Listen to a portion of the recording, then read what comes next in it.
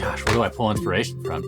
To me, it just happens naturally. My wife will say something and I instantly hear a song or a lyric. It's like, I'll just go read a book, and that translates because a lot of the inspiration comes from your subconscious. Then you come to the studio, you release it. You're not even trying, you're just letting it flow out. All these things that had nothing to do with music, it's like changing the structure of how you actually think.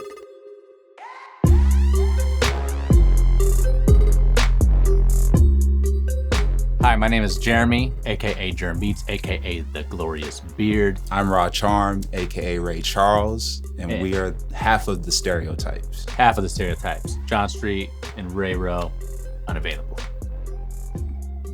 Bad Thai food. Bad Thai. Bad Thai food. John and Ray are rock climbing right now. They're swimming together in the ocean right now. Why are they in the ocean? Because it's beach wave sound, baby. That's right.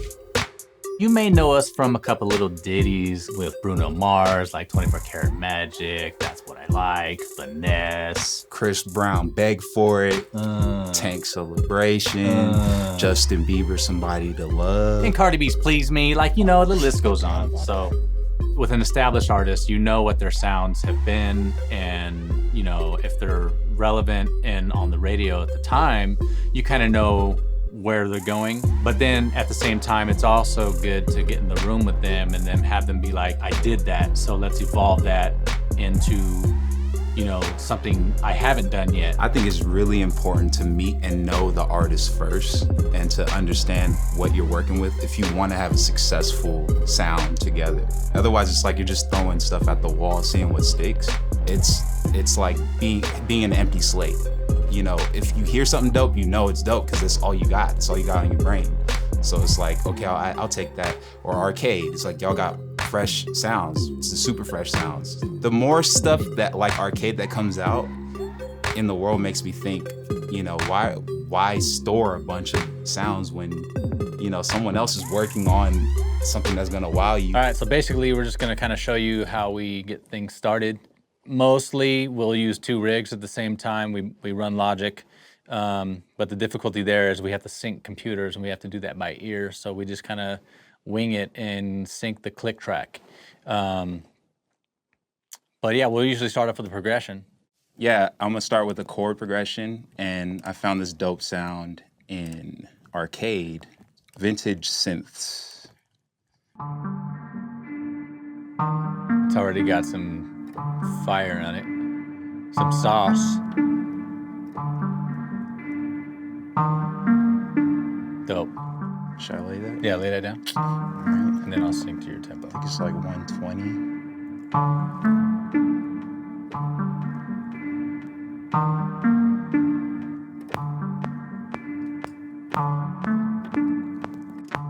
There we go. There we go.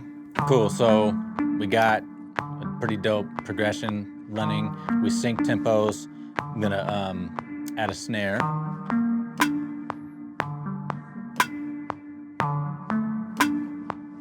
It's very sophisticated stuff. Now that we found the snare, we should find a high-end sound to keep it moving and kind of give it a sparkle.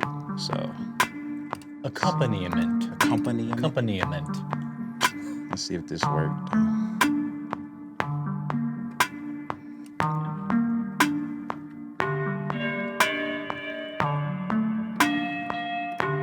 Oh, that mutes it when you do that? No, it changes the key to match that thing I did. Gotcha. There you go.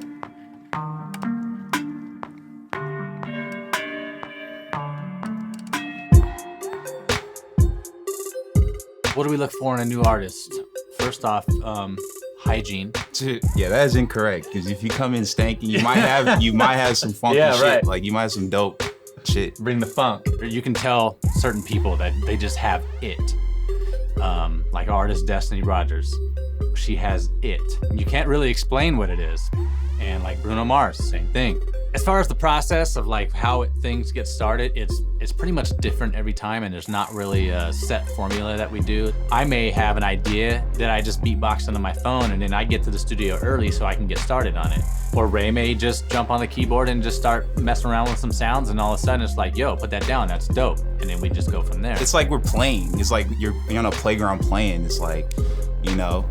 It's like whoever's in the room gets to play. That's all it is. All right. What else we need? 808? Probably 808. We messed with the 808.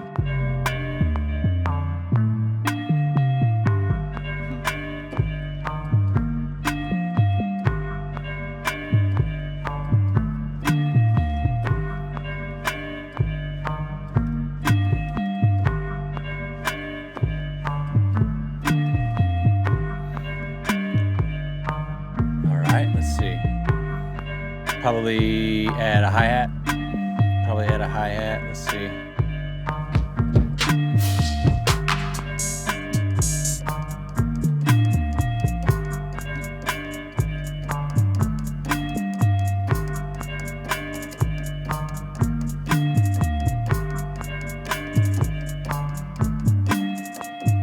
All right, let's see. Good old image capture. Maybe we could add a little vocal thing from Arcade Vocal.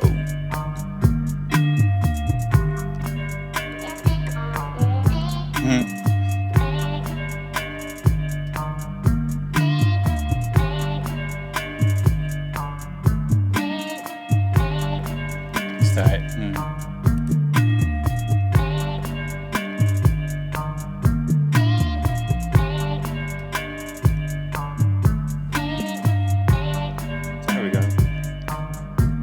I feel like we do disagree a lot in a good way, and just to get the product where it should be.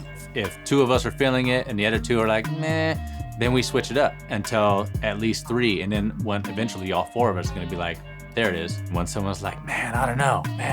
It's like, all right, well, let's fix it. Let's get it right. Some people's role, like I'll say the guy that's not here, Ray, he's really good at being in the room and being the dissenter, like being the guy that's going to be, you want to impress that dude because he's ready to disagree. This shit needs to be fire, like, or else he's gonna kill the whole vibe. You're gonna come in and be like, damn, I don't like it. And then people are gonna be like, I don't know if I like it anymore, I'm gonna solo this out to show you guys what I did.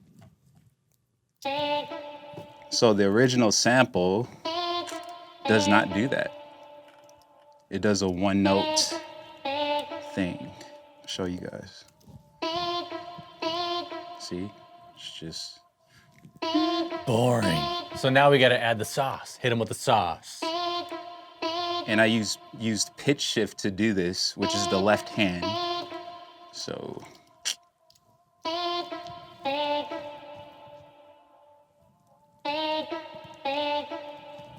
So we see that he created that melody there, so let me get this synced up. Hey.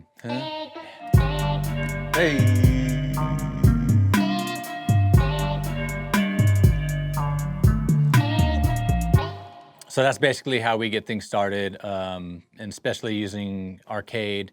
Inspiration just kind of happens quickly when you're using tools like that. So from here, we'll basically combine what's on both computers to one computer, sequence it out, and then if there was a songwriter already in the room or an artist, they may have some ideas and we can, start laying things down.